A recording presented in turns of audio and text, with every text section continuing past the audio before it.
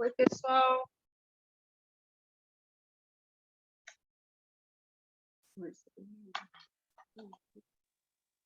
Oi, boa noite. Oi, Nicolas. Oi, Nicolas. Boa noite. Boa Boa noite. noite. Boa noite.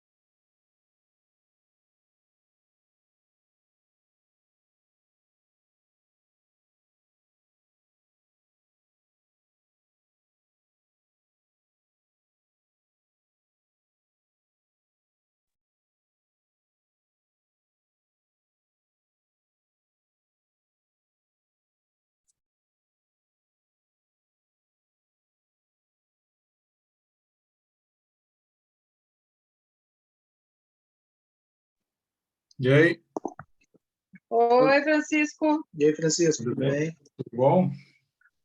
Tudo certo. Tudo. Hoje Ontem, a Karen oi? não vai poder participar, daí ela deixou o link feito, só que daí já fica gravando desde o início, Ah, tá. só E para eu ontem assisti registrar. a gravação de vocês aí, ficou tudo bem, né? Bem, todo mundo participando, ótimo. Sim, tentamos. Não, mas é isso que tem que ser, é assim. O mundo espiritual, ele dá umas mexidas para a coisa dar uma... Eu nunca me esqueço, Tentativa quando aí, eu né? comecei lá na casa antiga, eu comecei, olha, em 1998, acho que comecei a dar palestra lá. E foi um dia que faltou o palestrante, eu era só passista, e aí não vinha o cara, um senhor lá que tinha que vir, era um kardecista até. E aí, um olhando para o outro, o dirigente podia estar, mas eu não ia dirigir, aí um olhando para o outro, quem sabe. Aí uma senhora médium, que já desencarnou, tá? Desencarnou há muito tempo, estava do meu lado e disse assim, a minha entidade está dizendo para ti ir lá para frente. Aí eu tinha lido alguns livros e assim, bom, vou falar as coisas que eu li. Mas foi assim um negócio, foi, aí a partir dali, tá, aí deu um pouquinho de euforia de querer estudar mais para saber mais, entendeu? E aí foi, a partir dali, foi engrenando e foi muito bem. Quer dizer, eu nitidamente dava para ver assim, a contribuição do mundo espiritual. Como todas essas coisas acontecem, né? Como a gente vai ver hoje aí, que eu estava até lendo de tarde, a questão até do Evangelho no Lar, as coisas que nos direcionam, até acontecer hoje de tarde uma coisa impressionante, né? O segundo capítulo que a gente vai ver hoje, no Evangelho no Lar, a menina traz uma notícia de suicídio. Então, ali, pô, eu trouxe a notícia de suicídio em 1943, isso, né? E foi editado em 44. E aí eu terminei aquela leitura, estava vendo, pensando, e tal. Aí eu disse, vou aproveitar esse tempo, vou continuar um livro que eu já tinha começado e tinha deixado já uns 2 meses, que é o da Maria Modesto Cravo, que dá as atividades dela lá do outro lado e tal. O primeiro capítulo, depois que eu tinha parado, era sobre uma aula do Odilon no mundo espiritual sobre o suicídio.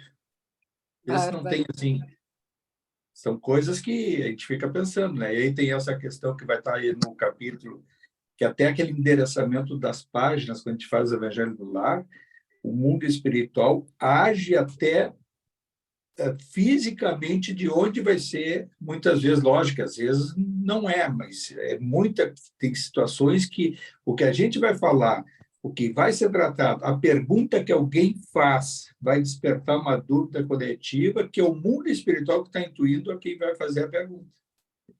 E às vezes a gente fica achando, coincidência, coincidência, a presença discreta de Deus. Vamos adiante. Ô, Francisco, Fala. comigo aconteceu diferente. Eu participava de umas aulas na Casa Espírita, e aí o palestrante mais antigo um dia olhou para mim, para dois, ele ia abrir na segunda-feira e disse assim: agora daqui para frente vocês têm que começar a dar palestra. Aí vai tu, vai o outro, e você tem que começar a dar palestra. Já viu esse filme aí, não? Tipo assim, aí não foi a entidade. se Então, dependesse... Se dependesse... A entidade trevosa. Vai. Vamos começar? Vamos. Já que faz para nós oração, por favor. Faço. Tá, vamos lá. Vamos fechar os microfones. Oxe, fechou o meu? Não. Não. Então, vamos lá, pessoal. É com muita alegria e gratidão que aqui estamos mais uma vez para este encontro. É um estudo, é um aprendizado, é um crescimento, mas é um encontro de amigos, de pessoas que querem crescer juntas, uma ajudando a outra.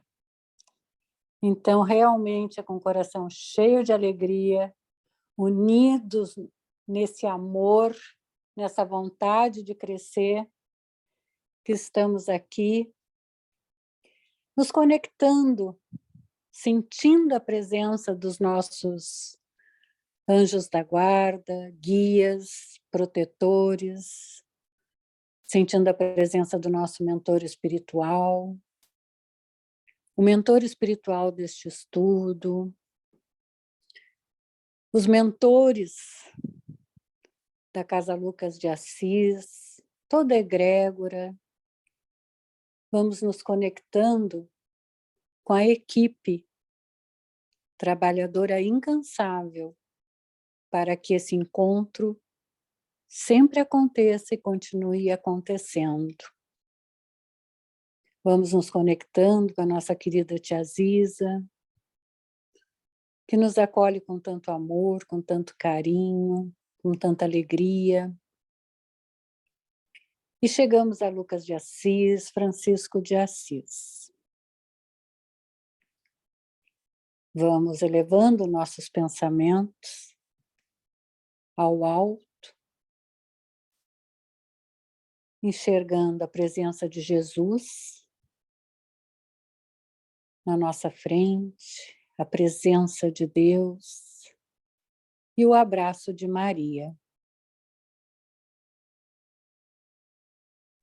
Neste momento,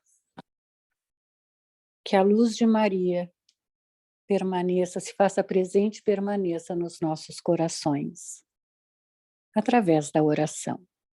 Ave Maria, cheia de graça, o Senhor é convosco, bendito sois vós, bendito é o fruto do vosso ventre, Jesus. Santa Maria, Mãe de Jesus, Mãe de todos nós, rogai por nós, vossos filhos, agora na hora de nossa morte, que assim seja.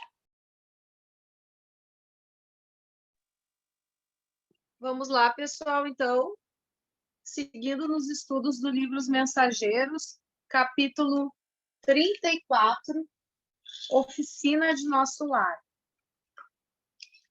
Entre 18 e 19 horas, atingimos uma casa singela de bairro modesto. No longo percurso, através de ruas movimentadas, surpreendia-me sobremaneira por se me deparar em quadros totalmente novos.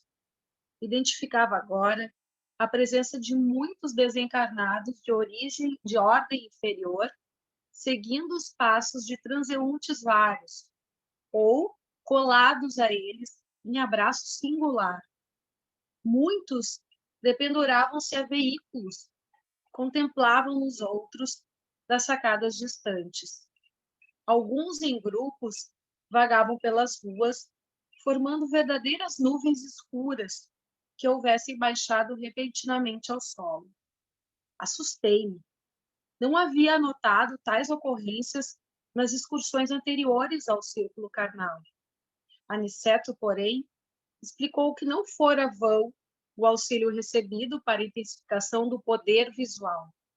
Estávamos em tarefa de observação ativa, com vistas ao aprendizado. Não dissimulava, entretanto, minha surpresa. As sombras sucediam-se umas às outras, e posso assegurar que o número de entidades inferiores, invisíveis ao homem comum, não era menor nas ruas ao de pessoas encarnadas em contínuo vai-vem. Não havia ali a serenidade dos ambientes de nosso lar, nem a calma relativa do posto de socorro de Campo da Paz. Receios imprevistos instalavam-se na alma, desagradáveis choques íntimos assaltavam-me o coração, sem que lhes pudesse localizar a procedência. Tinha a impressão nítida de havermos mergulhado num oceano de vibrações muito diferentes, onde respirávamos com certa dificuldade. Nosso instrutor esclarecia que, com o tempo, seriam dilatados nossos poderes de resistência e que as penosas sensações experimentadas obedeciam à circunstância de ser aquela a primeira vez que descíamos ao ambiente da crosta em serviço de análise mais intenso. Recomendava-nos bom ânimo e, sobretudo, a conservação da fortaleza mental ante quaisquer quadros menos estimáveis que nos defrontassem de imprevisto. A eficiência do auxílio, exclamava ele, necessita educação persistente. Não seria possível ajudar alguém prendendo-nos a fraquezas de qualquer espécie. Os conselhos de Aniceto calmavam-nos a alma surpreendida e inquieta, e eu tudo fazia no íntimo para ajustar-me aos alvitres do bondoso orientador. Mesmo porque, asseverava ele, que diversos companheiros adiavam nobres realizações em virtude das manifestações de injustificável receio. Aquela residência de aspecto tão humilde que alcançávamos agora proporcionava-me cariciosa impressão de conforto.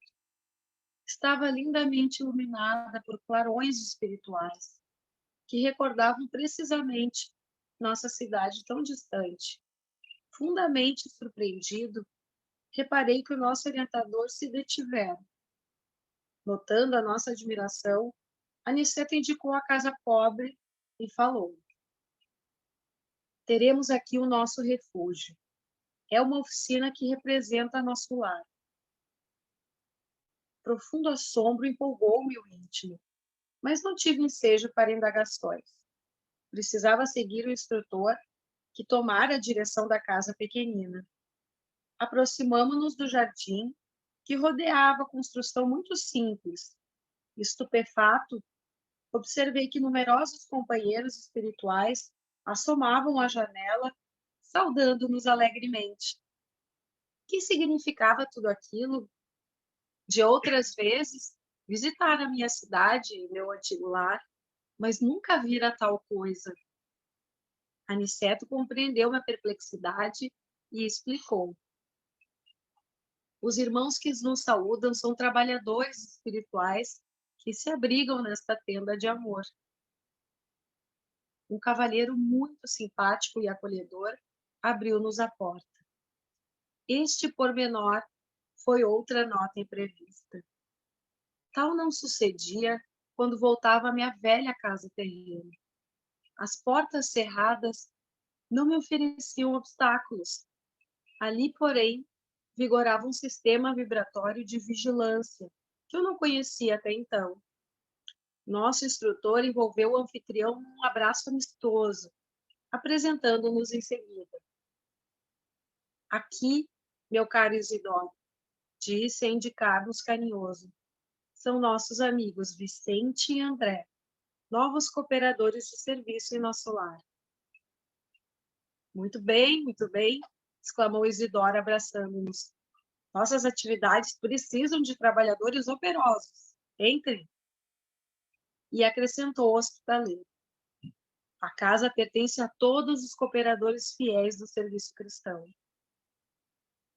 Era a primeira vez que eu via uma entidade espiritual com tão segura chefia de uma casa terrestre. Penetramos o ambiente modesto. Altamente surpreendido, reparei o interior.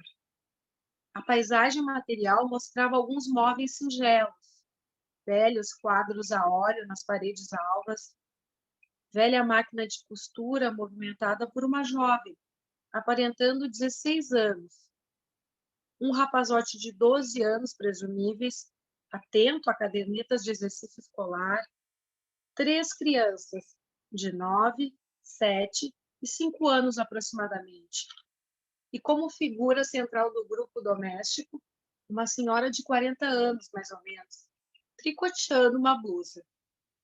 Notei, porém, que da fronte, do tórax, do olhar e das mãos dessa senhora irradiava-se luz incessante, que me não permitia sofrear minhas expressões admirativas. Aniceto designou-a respeitoso e falou: temos aqui a nossa irmã Isabel.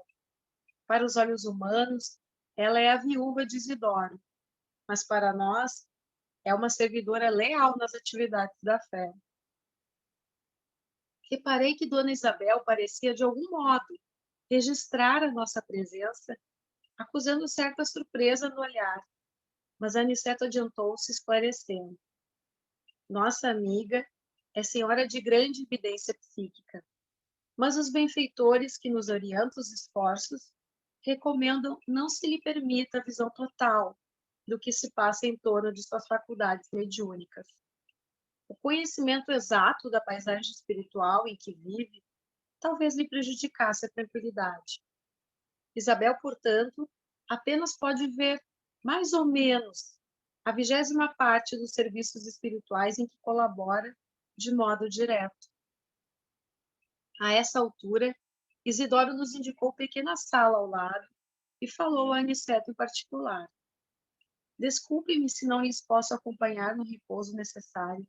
Descansem, contudo, à vontade. Tenho serviços urgentes na recepção de outros amigos.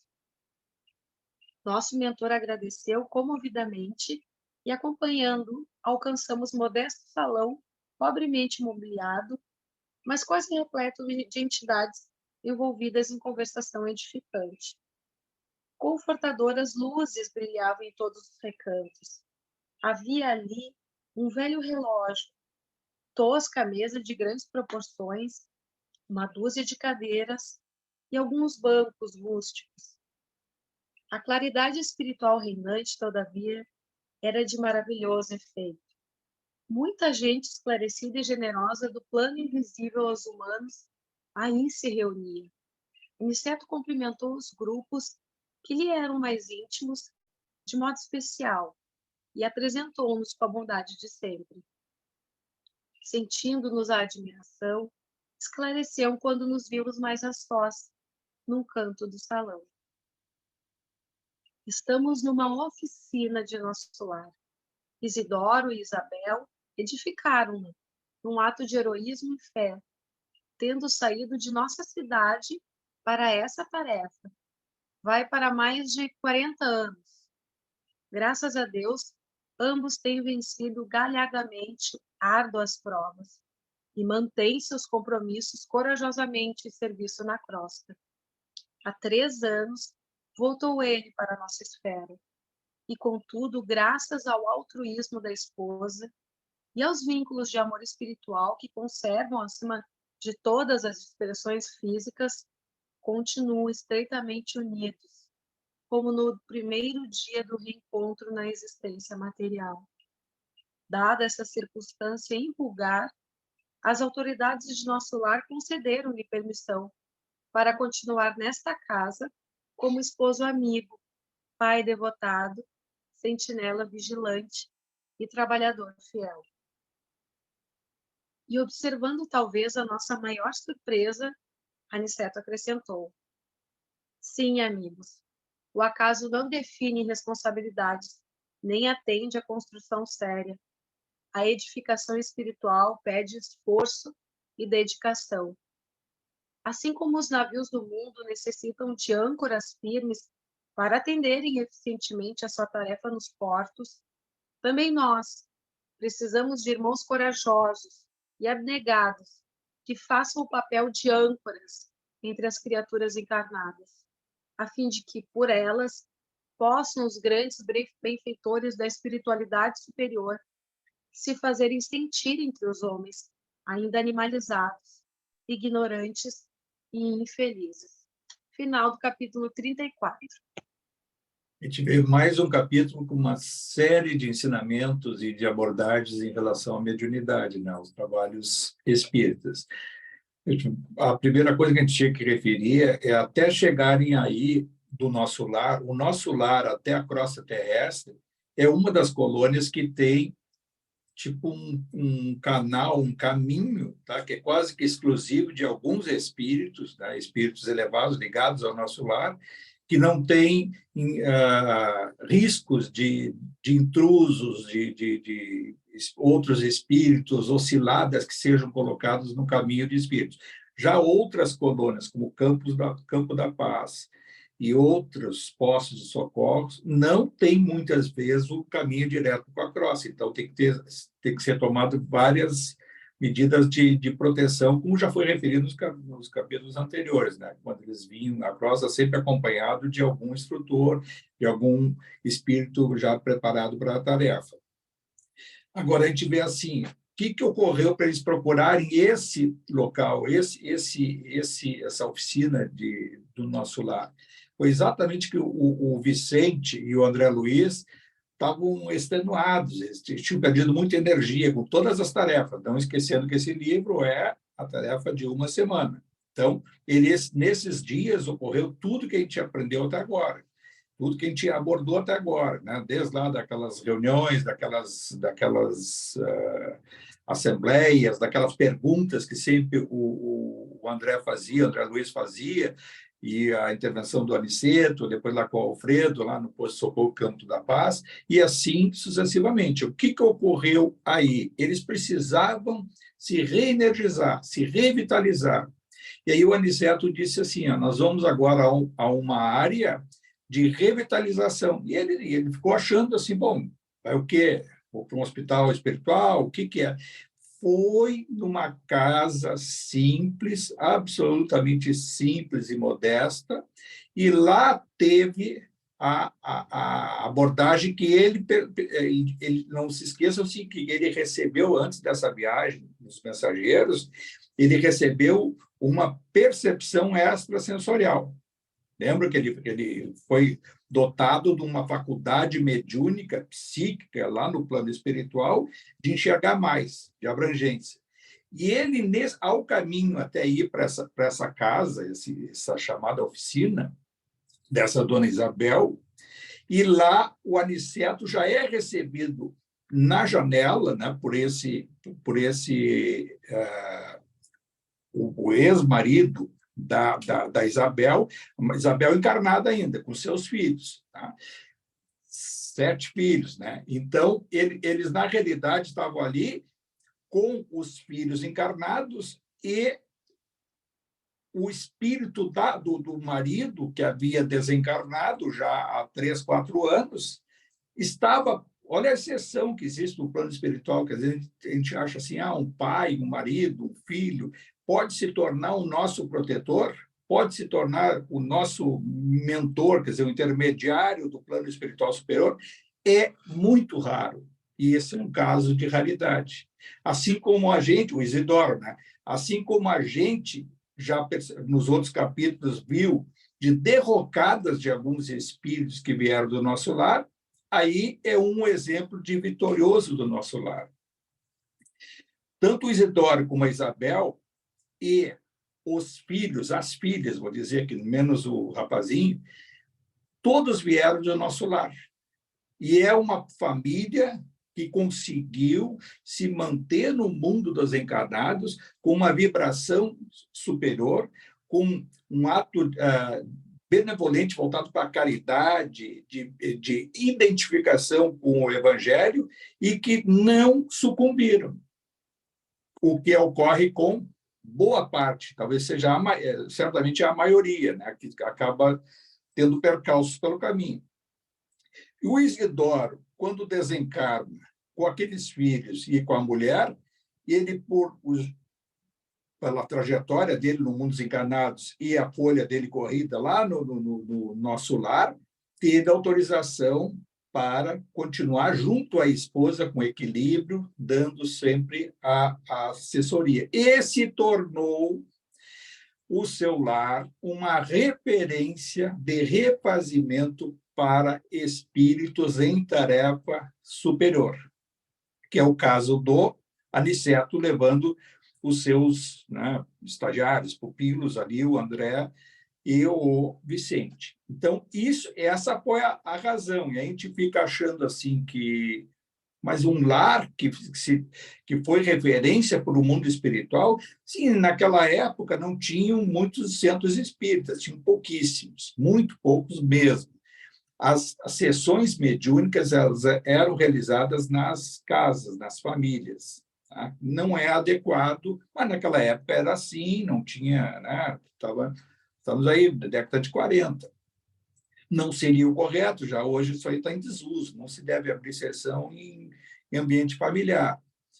E aí, olha a descrição que faz o André do que ocorreu. Ele enxergou espíritos que ele não enxergava antes. Ou ele até pensou, e aí o que ele pensou, o Aniceto já captou, o que seria isso? É a percepção dele de perceber mais do que não enxergava antes. Às vezes, aí vem mais uma coisa para a mediunidade. Aqueles que acham que tem evidência, enxerga tudo que é espírito. Ninguém enxerga tudo que é espírito, nem espírito enxerga todos os espíritos. E ele consegue captar ali vários espíritos, tá? Vampirizadores e seguindo pessoas na rua, até agarrados aos automóveis, e é uma realidade nossa no nosso dia a dia.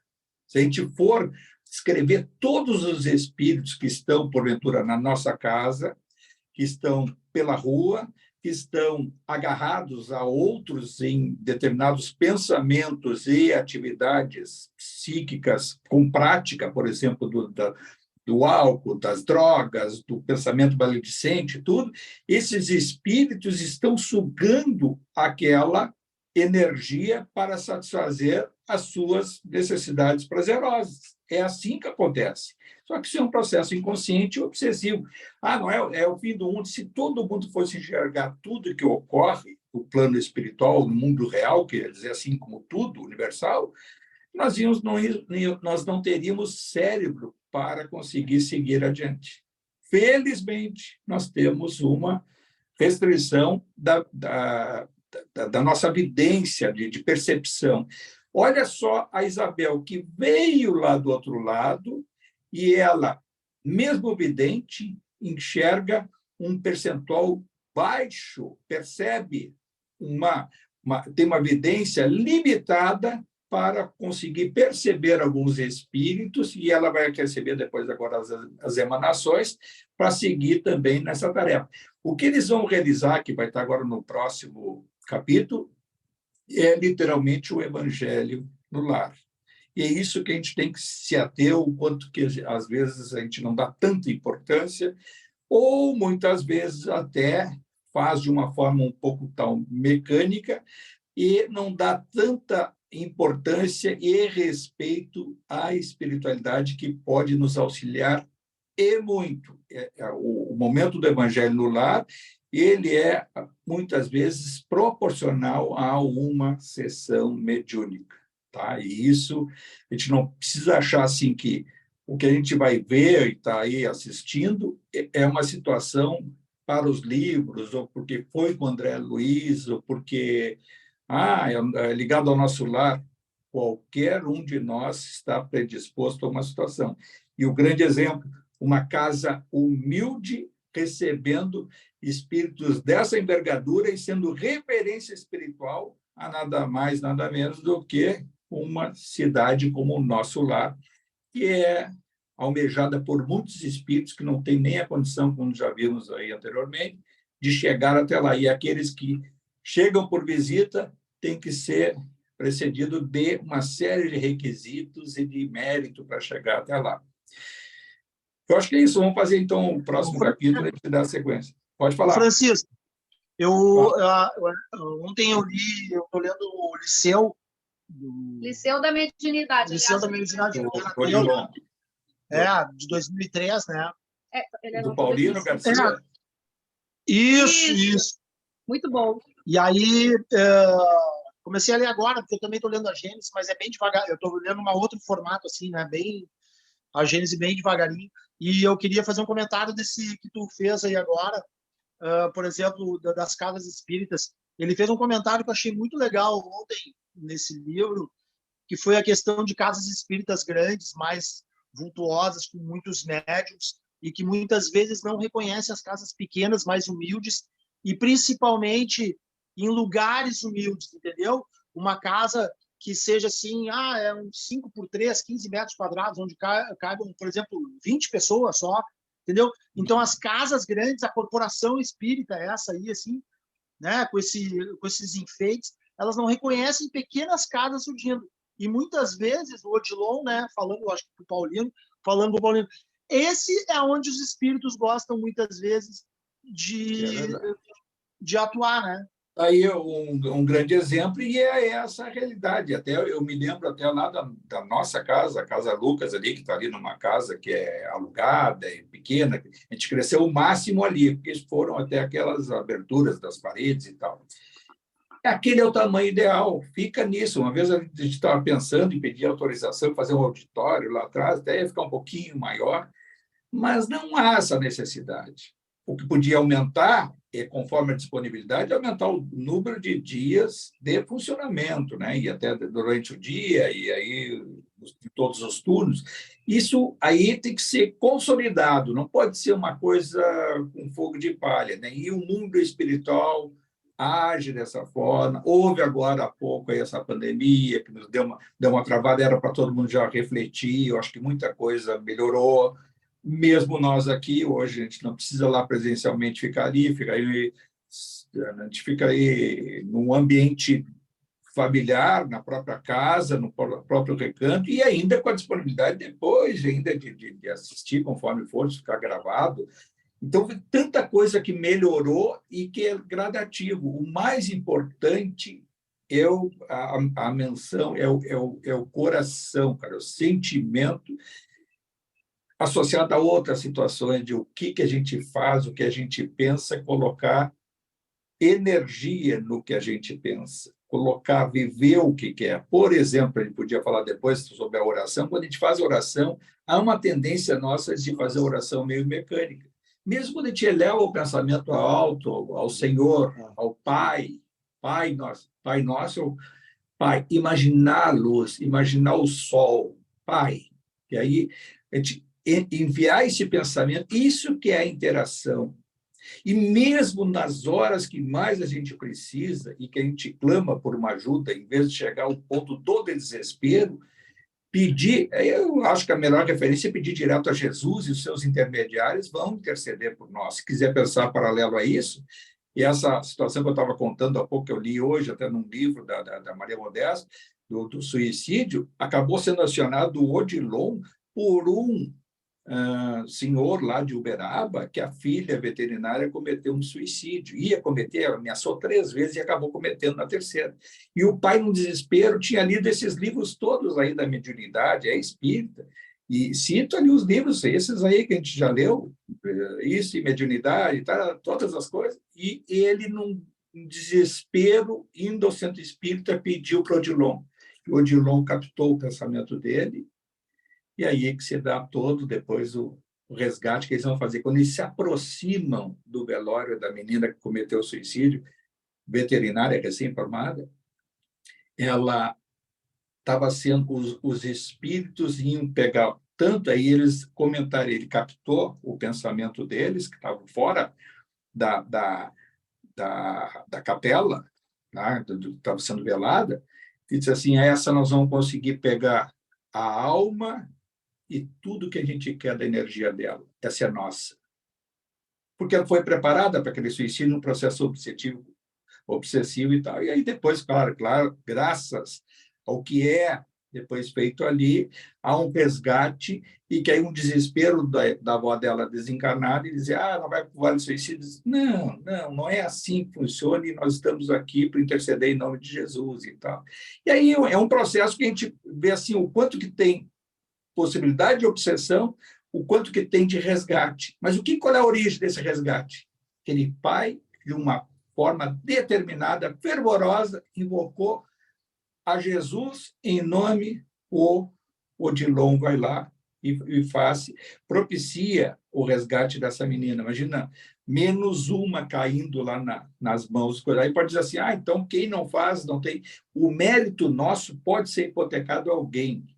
O que a gente pode pedir pelo que a gente já fez, podemos transferir. Isso está lá no nosso lar, quando os espíritos lá conseguem se utilizar dos seus bônus para que algum desencarnado, afeto seu, possa ser resgatado e recebido lá. Foi assim que aconteceu até com o André Luiz, claro, com o André Luiz, a mãe dele fazendo, mas havia do Clarence, de toda a espiritualidade superior, um grande plano para ele. Perceberam que ele tinha condições de executar um plano da luz. E o mundo da luz tem um plano para cada um de nós. E eles esperam que a gente tenha a condição de executar o plano. E o plano, às vezes, parece ser simples, mas é muito grande em relação ao transcendental, né? Que envolve uma série de situações, as coisas que a gente faz, os nossos relacionamentos, a nossa inserção, através da nossa ação de ajuda multiplicada a outros, né? De conseguir expandir uma energia benevolente com as nossas relações sociais e assim sucessivamente. Vamos tentar, então, avançar e aí a gente fala depois outras coisas junto. Francisco. Pode falar. Oi, assim, ó, eu moro aqui em Dublin, né? E aqui tem muito obsessão, sabe? E eu moro numa casa muito, muito antiga, muito, assim, sabe, vidas muitas que passaram aqui. E eu tenho muitos pesadelos, assim, muitos sonos, né? Eu me acordo de várias vezes e agora eu estou fazendo no mesmo horário a oração o Evangelho, né? Isso está melhorando bastante, assim, à meia-noite. Mas, assim, eu tive dias, assim, de eu me acordar e ter a sensação de que alguém tá parado olhando para mim, sabe? Alguém sentado do meu lado. Eu já tive sensações muitas dessas, sabe? E isso estava tendo muitos pesadelos e muitas sensações ruins. E eu tenho um amigo também que é espírita, né? E ele consegue enxergar algumas coisas e ele disse assim, olha, Dani, aqui já tem umas 2 ou 3 pessoas que já morreram aqui. E, tipo assim, eles ficaram por aqui e tal. E aquilo já começou a me dar, tipo, não... eu já sabia, né, mais ou menos, mas isso estava tendo problemas para mim de dormir, de descansar, do meu trabalho também, né, porque eu estava ficando irritada demais também, né. E aí, eu não sei, mas eu tô tentando melhorar com o evangélico, sabe? Eu não sei se tem mais alguma coisa que eu Mas não possa... é só a questão, não é só o evangelho é quase tudo. Ele engloba uma série de situações, mudança de padrão vibratório do ambiente. Isso aí nós vamos ver agora no próximo capítulo. Eu gostaria até de fazer um comentário final, mas para a gente saber assim como se deu aí num lar, pode pegar esse exemplo que está aí, que agora vai esmiuçar, para te ver assim como é que funciona. A conexão já é anterior da Isabel e do marido, ex-marido e tudo, e os filhos com o nosso lar. Agora, nós podemos fazer da nossa casa essa conexão também. Claro que isso é um processo, não é um clique, não é um minuto para o outro. Isso a gente vai ver agora ali, depois eu vou dar mais detalhes para ti. E só não esquecer uma coisa, né? O André Luiz, ele tinha aprendido até então a passar até pelas paredes e tudo, aquela coisa que os espíritos fazem e tal. E ali ele não conseguiu passar que não fosse aberta a porta para ele nessa casa. Por que isso? Pelas proteções espirituais da casa. Essa proteção que a gente tem que aprender a fazer na nossa casa, no nosso ambiente, porque é isso que também acontece na proteção da corrente espiritual, corrente mediúnica dos trabalhos, a corrente da casa espírita. Tudo isso acontece nas igrejas, nos templos, tem lá, vai numa sinagoga, vai ter proteção. Do outro lado, rabinos desencarnados protegendo. Nem estão aí para o mundo espiritual, eles estão ali achando que estão vibrando num mundo paralelo e eles protegem a sinagoga. Assim como os padres provavelmente vão proteger as igrejas, os templos, os pastores, assim por diante. E o mundo espiritual vocacionado ao Evangelho de Jesus com a concepção espiritualista ou espiritual, kardecista, não importa. O Evangelho de Jesus, eles protegem esses ambientes de assistência. E o que eles nos ensinam? Que a gente tem que aprender a fazer isso para a nossa casa. Isso que a gente vai ver agora no coisa, depois a gente segue conversando sobre isso. Tá bom? Tá bom. Vamos lá, então, pessoal, capítulo 35, culto doméstico. Nas primeiras horas da noite, Dona Isabel abandonou a agulha e convidou os filhinhos para o culto doméstico.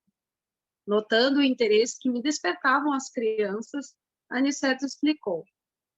As meninas são entidades amigas de nosso lar, que vieram para serviço espiritual e resgate necessário na Terra. O mesmo, porém, não acontece ao pequeno, que procede de região inferior. De fato, eu identificava perfeitamente a situação. O rapazola não se revestia de substância luminosa e atendia ao convite materno não como quem se alegra, mas como quem obedece. Com tamanha naturalidade, se sentaram todos em torno da mesa, que compreendia a antiguidade daquele abençoado costume familiar. A filha mais velha, que atendia por Joaninha, trazia cadernos de anotações e recortes de jornais. A viúva sentou-se à cabeceira e, após meditar breves instantes, recomendou à pequena Nelly, de 9 anos, fizesse a oração, pedindo a Jesus esclarecimento espiritual. Todos os trabalhadores invisíveis sentaram-se respeitosos. Isidoro e alguns companheiros mais íntimos do casal permaneceram ao lado de Dona Isabel, sendo quase todos vistos e ouvidos por ela. Tão logo começou aquele serviço espiritual da família, as luzes ambientes se tornaram muito mais intensas. Profunda sensação de paz envolvia meu coração. A pequena Nelly, em voz comovente, fez a prece. Senhor, seja feita a vossa vontade, assim na terra como nos céus. Se está em vosso santo desígnio que recebamos mais luz, permiti, Senhor, tenhamos bastante compreensão no trabalho evangélico. Dai-nos o pão da alma, a água da vida eterna. Sede em nossos corações, agora e sempre. Assim seja. Dona Isabel pediu à filha mais velha, lesse uma página instrutiva e consoladora. E, em seguida, algum fato interessante do noticiário comum, ao que Joaninha atendeu, lendo um pequeno capítulo de um livro doutrinário sobre a irreflexão e um episódio triste de jornal leigo. A primogênita de Isidoro, que revelava muita doçura e afabilidade, parecia impressionada. Tratava-se de uma jovem de bairro distante, vítima de suicídio doloroso. O repórter gravara a cena com característicos muito fortes. A leitora estava trêmula, sensibilizada. Assim que Joaninha terminou, Dona Isabel abriu o Novo Testamento, como se estivesse procedendo ao acaso, mas, em verdade, eu via que Isidoro, do nosso plano, intervinha na operação ajudando a focalizar no assunto da noite. A seguir, fixou o olhar na página pequenina e falou: a mensagem versículo de hoje, meus filhos, está no capítulo 13 do Evangelho de São Mateus. E lendo o versículo 31, fê-lo em voz alta. Outra parábola lhes propôs, dizendo: o reino dos céus é semelhante ao grão de mostarda que o homem tomou e semeou no seu campo. Observei então um fenômeno curioso.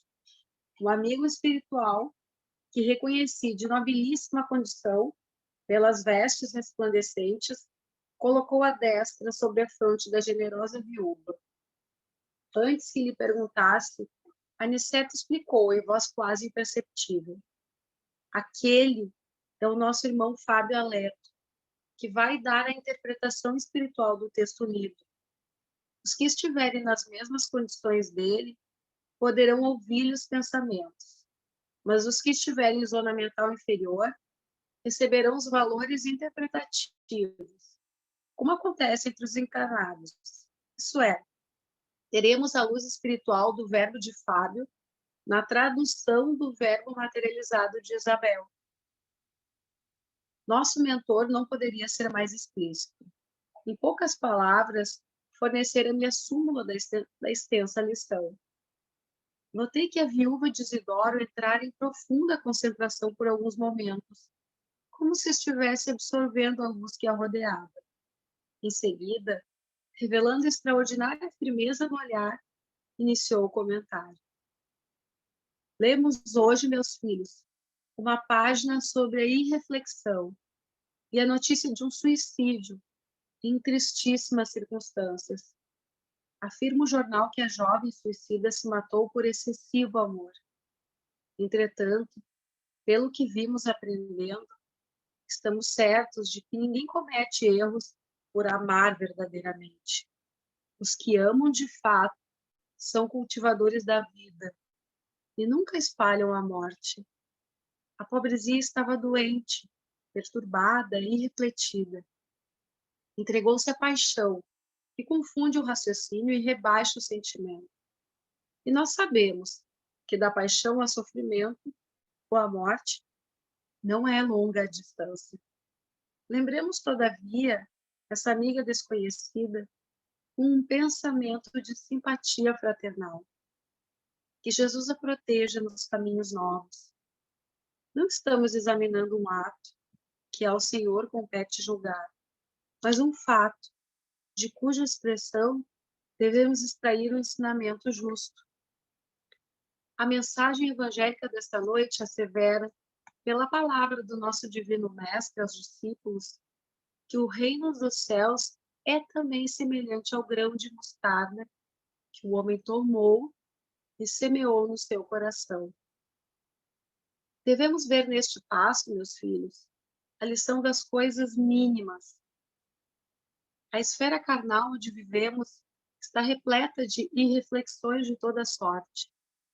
Raras criaturas começam a refletir seriamente na vida e nos deveres antes do leito da morte física. Não devemos fixar o pensamento tão só nessa jovem que se suicidou em condições tão dramáticas, ao nos referirmos aos ensinamentos de agora. Há homens e mulheres com maiores responsabilidades em todos os bairros que evidenciam paixões nefastas e destruidoras no campo dos sentimentos, dos negócios, das relações sociais. As mentes desequilibradas pela irreflexão permanecem neste mundo quase por toda parte. É que nos temos descuidado das coisas pequeninas. Grande é o oceano, minúscula é a gota, mas o oceano não é senão a massa das gotas reunidas. Fala-nos o Mestre em divino simbolismo da semente de mostarda. Recordemos que o campo do nosso coração está cheio de ervas espinhosas, demorando talvez há muitos séculos em terrível esterilidade. Naturalmente não deveremos esperar colheitas milagrosas. É indispensável amanhar a terra e cuidar do plantio. A semente de mostarda a que se refere Jesus constitui o gesto, a palavra, o pensamento da criatura. Há muitas pessoas que falam bastante em humildade, mas nunca revelam um gesto de obediência. Jamais realizaremos a bondade sem começarmos a ser bons. Alguma coisa pequenina há de ser feita antes de edificarmos as grandes coisas.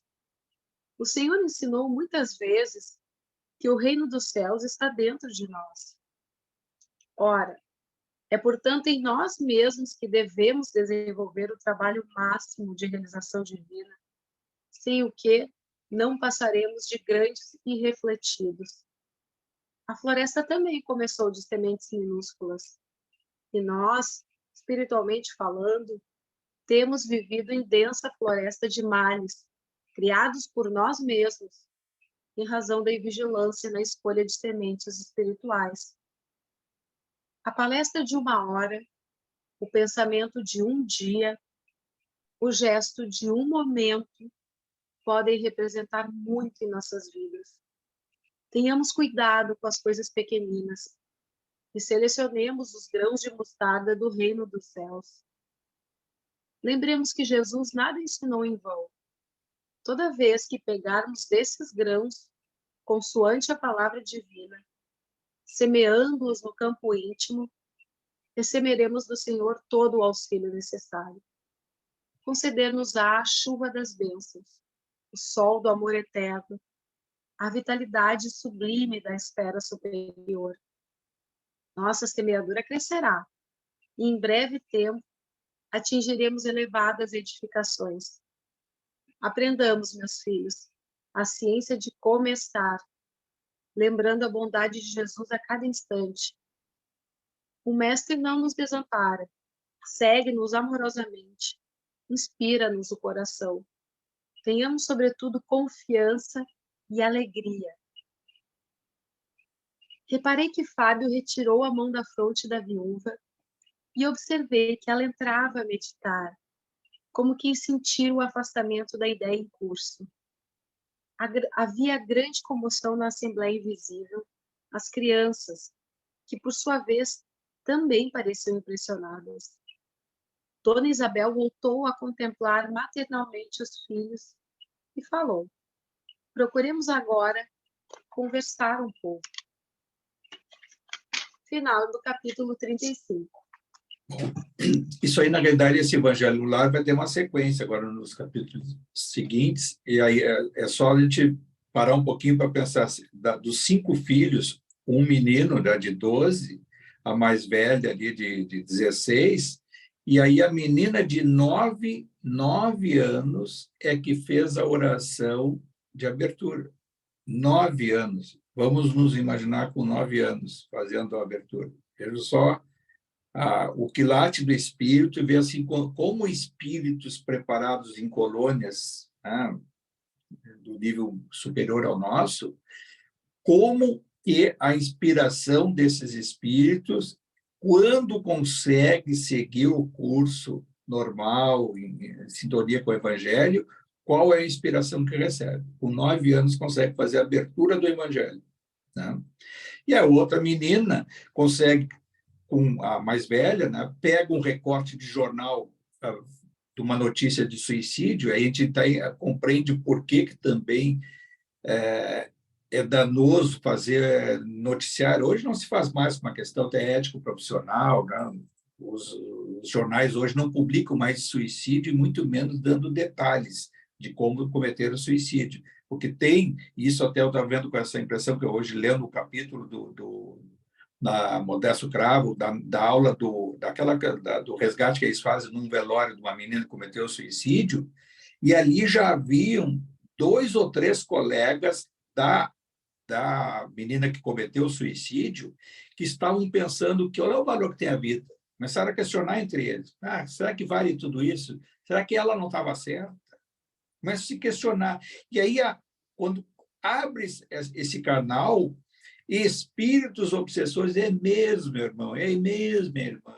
é isso aí, sai dessa, para de sofrer, vem dormir, o sono eterno. E aí começam a colocar a sintonia vibratória para a autodestruição, que, em geral, é uma conexão com o passado já suicida da pessoa, do espírito. É muito difícil entre nós a gente não ter tido uma encarnação em que nós nos autodestruímos. E a tendência maior do suicida é de reincidir no suicídio.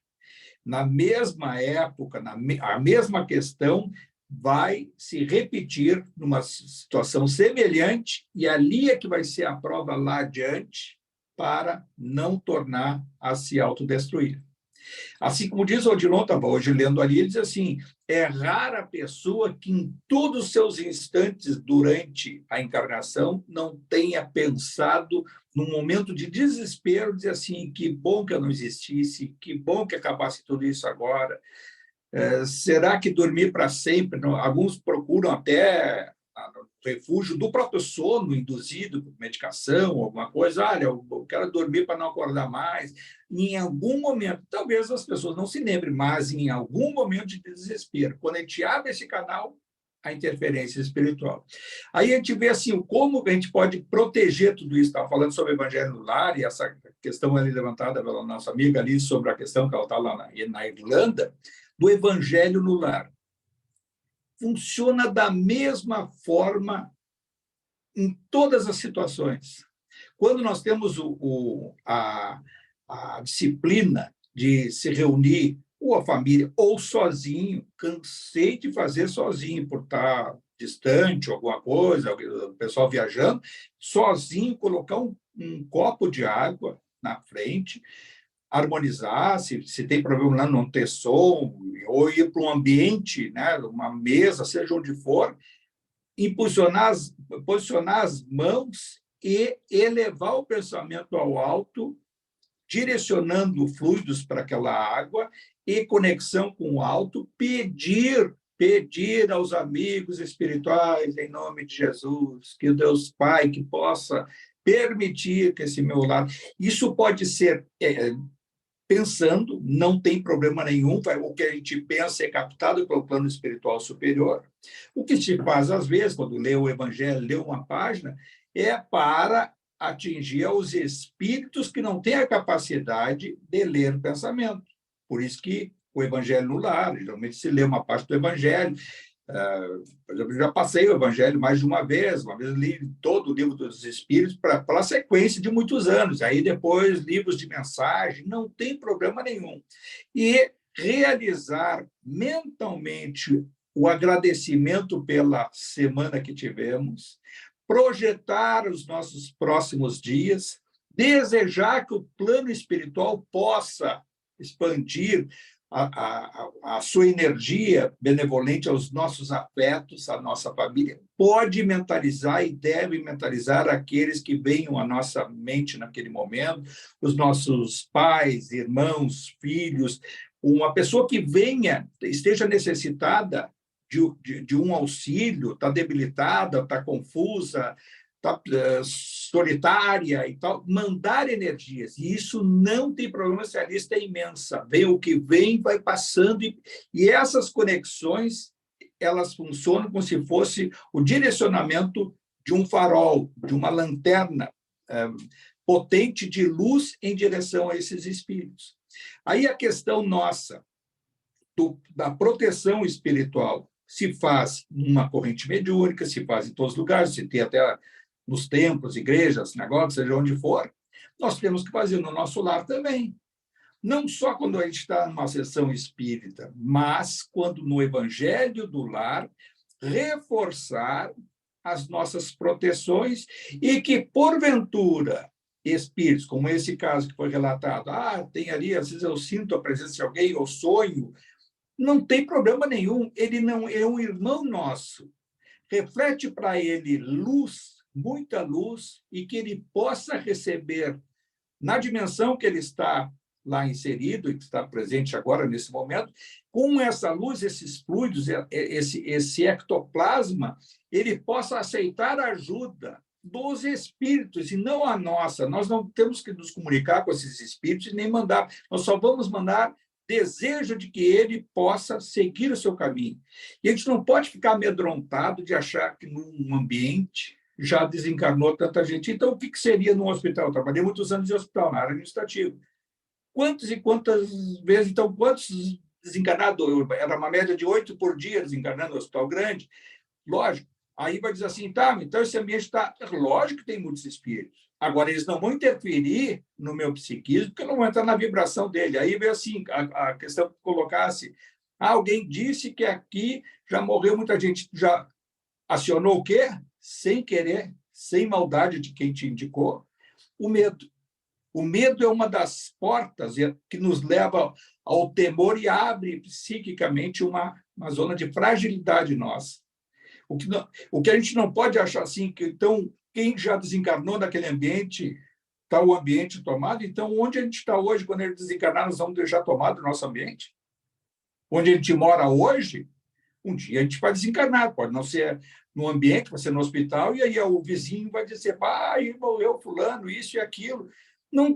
Aquela situação de casas mal assombradas, eu até brinco sabendo como é que se funciona, se tem gente que não compra ou desvaloriza o imóvel porque é real, que muitas vezes há interferência espiritual, mas tem alguns que gostam de pegar a chamada barbada, né? Vai comprar barato, porque é mal assombrado, e depois vai dar um jeito lá de fazer o que deve ser feito, com muita oração, pedido ao alto, e vai aliviar aquele ambiente.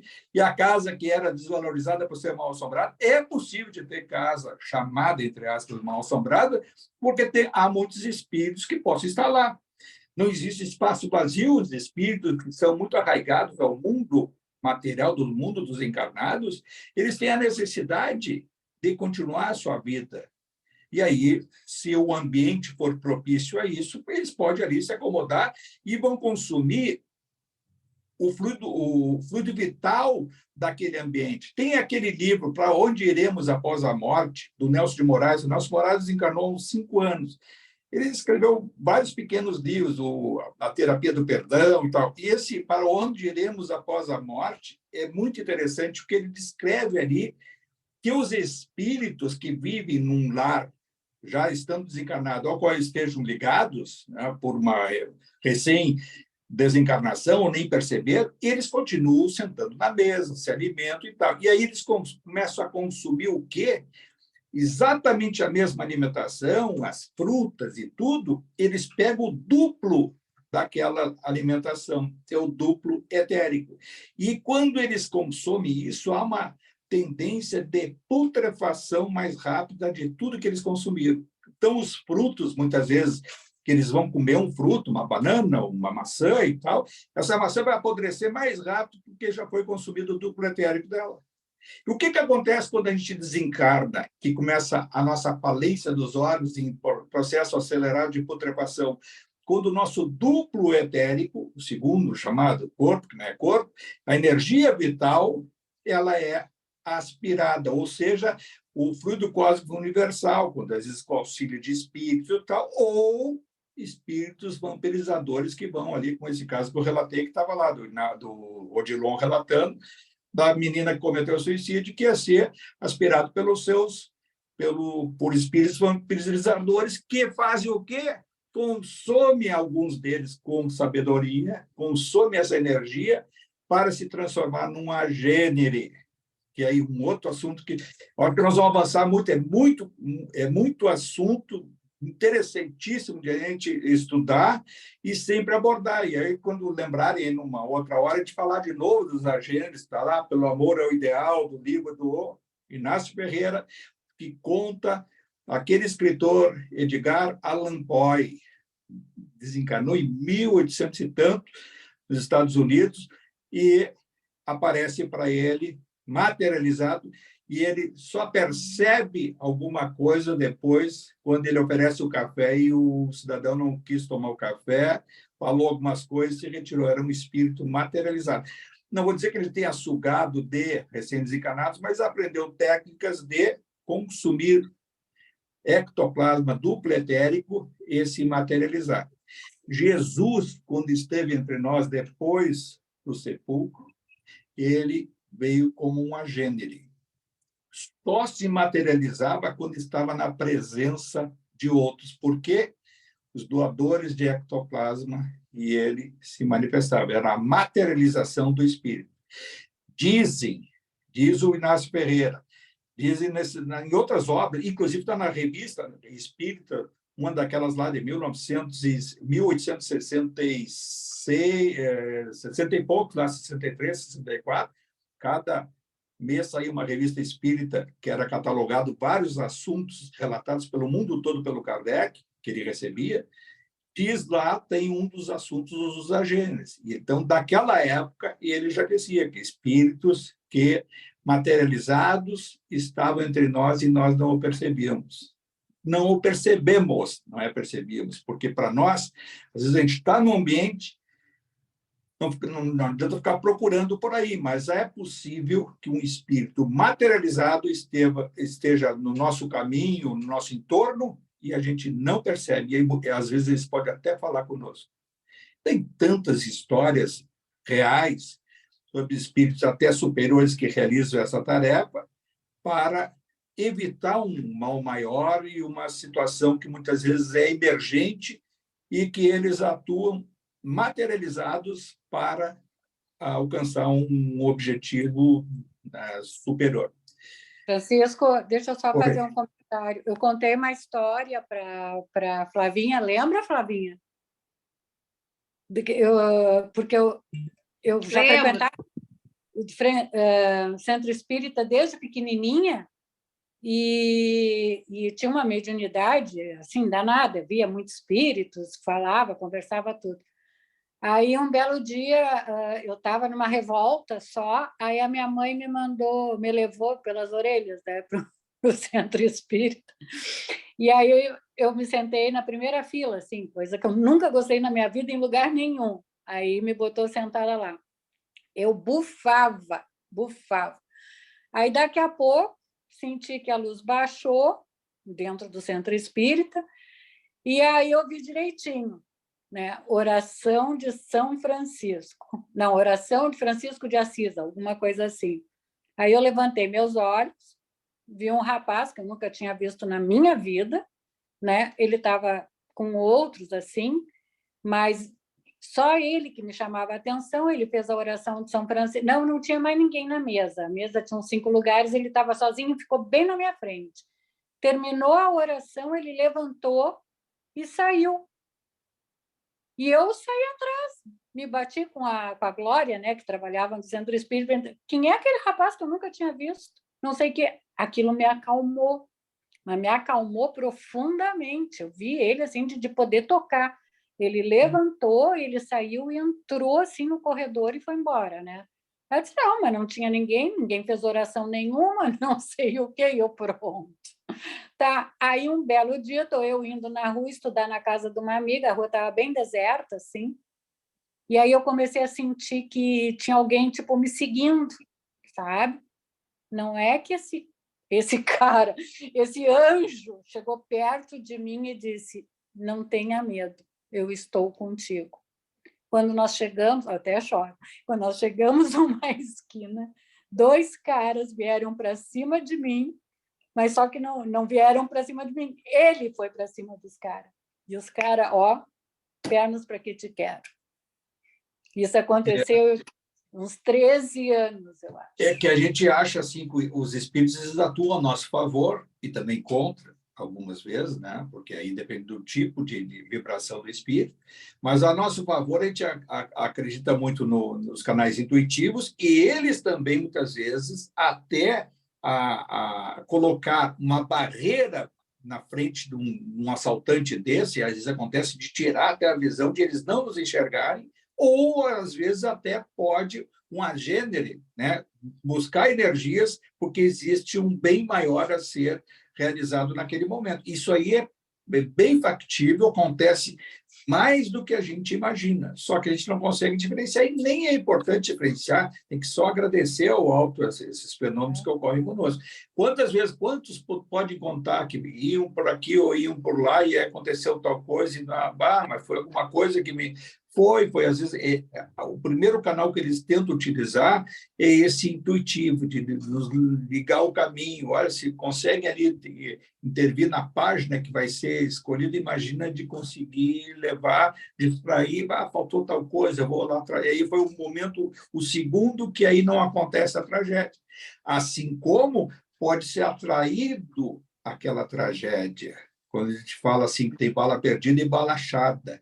Porque, psiquicamente, na nossa ficha kármica, há uma necessidade de a gente se inserir aquele ponto que não foi ao acaso, mas uma necessidade nossa de reparação, que a gente não vai compreender ali, os nossos afetos vão chorar muito, vão achar, talvez até se revoltar contra Deus, como foi acontecer tal coisa.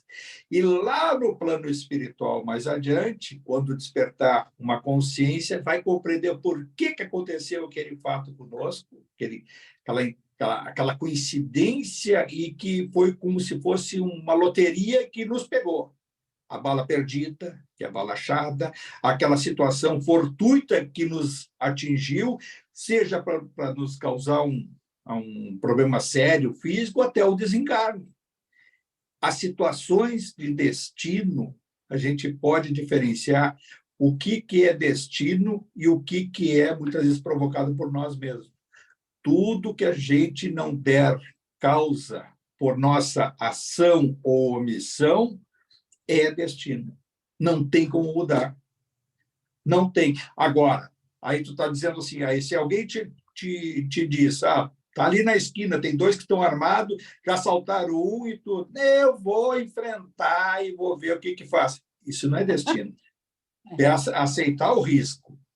E aí também vai acontecer.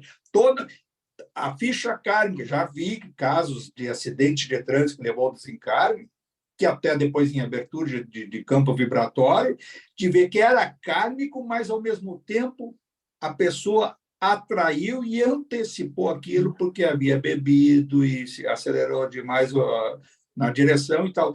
As duas coisas se juntaram. Mas houve o quê? Ação kármica, e também vai carregar um pouco de culpa de ter antecipado aquilo, porque estava predisposto a ocorrer aquilo ali. Mas ele acelerou, mas sim, inconscientemente foi induzido a um processo de aceitar o risco, né? Vou beber e não dá nada, e vou a tantos por hora, e assim por diante.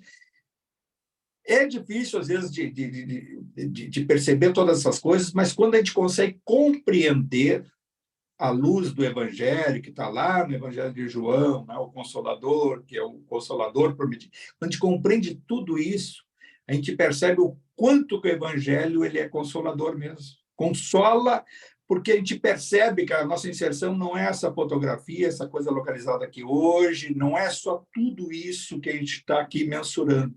É algo a mais que a gente não tem a condição de percepção. E nem vai ter tão cedo. Só o dia que a nossa individualidade conseguir transcender um mundo angelical. E diz, uma vez um espírito disse, eu achei muito interessante, que ele disse que a nossa compreensão da verdade é como se fosse um espelho quebrado em centenas de cacos. Cada um tem um caco. E aí olha aquele espelho e acha que está enxergando. Só que aquele outro pedaço que vai ser o mosaico, esse universo ele é tão amplo que a gente não tem a condição de perspectiva de juntar todo esse espelho que é a verdade divina. Então, cabe a cada um de nós o quê? Perceber o hoje nosso, como hoje, nesta encarnação, que é apenas um instante, e ser hoje uma coisa um pouco melhor, compreender um pouquinho melhor, perceber essas coisas quando a gente faz assim no Evangelho no Lar, está vendo tudo isso que aconteceu, aí tem ali 4 filhos, uma viúva, 4 filhos passando dificuldades, que eles não conseguiam nem, a gente vai ver nos próximos capítulos, a dificuldade dessa Isabel com os filhos, e espíritos elevados, mas tendo necessidades materiais. E o menino de 12 anos, não veio do nosso lar. Ele veio de uma região mais difícil, quando participava do Evangelho, contrariado, por educação, aceitava, mas era aquele, eu me lembro quando eu ia para a igreja, que eu já disse várias vezes, eu ia lá, um relógio, eu adorei receber com 10 anos um relógio, que eu ficava assim, porque vai terminar o padre agora, e eu ia para a igreja, para a missa, que demorava menos, porque eu era obrigado a ir, senão era pecado não ir sábado ou domingo à igreja, a católica, né? E isso foi importante, não sei se foi importante, mas essa percepção minha que eu já fui isso aí, fui de achar que saco, que coisa ruim. Quantos vão no centro espírita acompanhados de familiares? Às vezes tem a questão também da orientação. O evangelho lá não é fácil, eu estava com o meu filho, mais os outros que eu junto criei, não era fácil voltar para o evangelho. E alguns achavam, eu sentia, interrompiam tudo, tem que desligar lá o som, desligar a TV e tudo, e vem para cá, domingo, 8 horas, é a hora do evangelho. Estando comigo, nós vamos fazer o evangelho. Agora, não quer fazer, fica aqui sentadinho, vai ficar tudo desligado. Aí ficava. Eu notava que estavam pensando em outras coisas. Se valeu ou não valeu, eu não sei. Eu sei que se aprouver de acontecer alguma coisa e a inserção com o mundo espiritual, eles percebem e na hora da coisa, quando pega mesmo, a hora da oração, me lembro daqueles do Evangelho e tal. Já havendo essa conexão, já é uma coisa boa. Não é fácil evangelizar crianças, tanto é que a nossa casa também não conseguiu até hoje engrenar nisso, é muito difícil.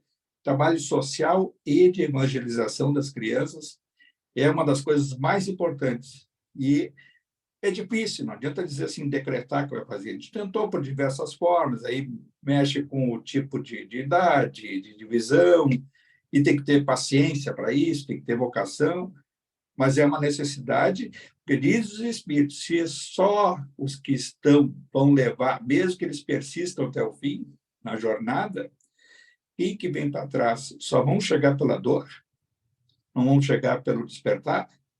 E esse despertar está na primeira infância, está né? 7, 10 anos. E essa menina fazendo oração da abertura no Evangelho. Mas é isso, pessoal. A gente passou um bom tempo, mas eu não sei se está vindo da Irlanda, lá em Dublin. Entendeu? Deve ter entendido, né?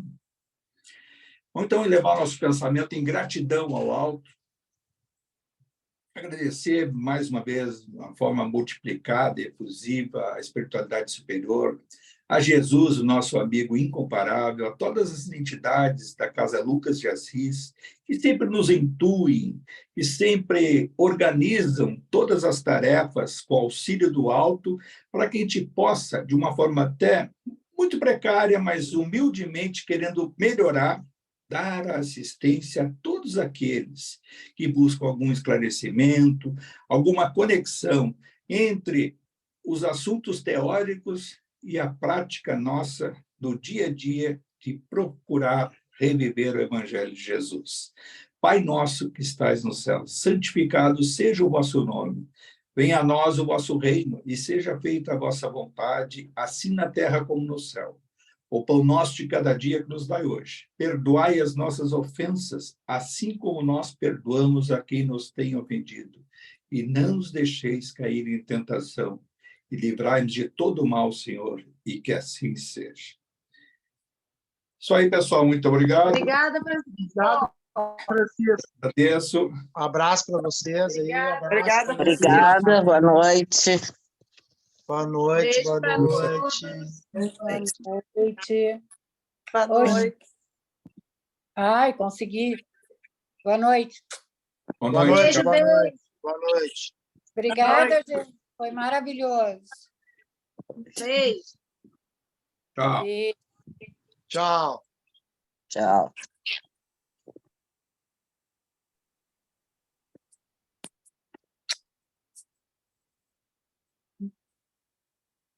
Que do céu.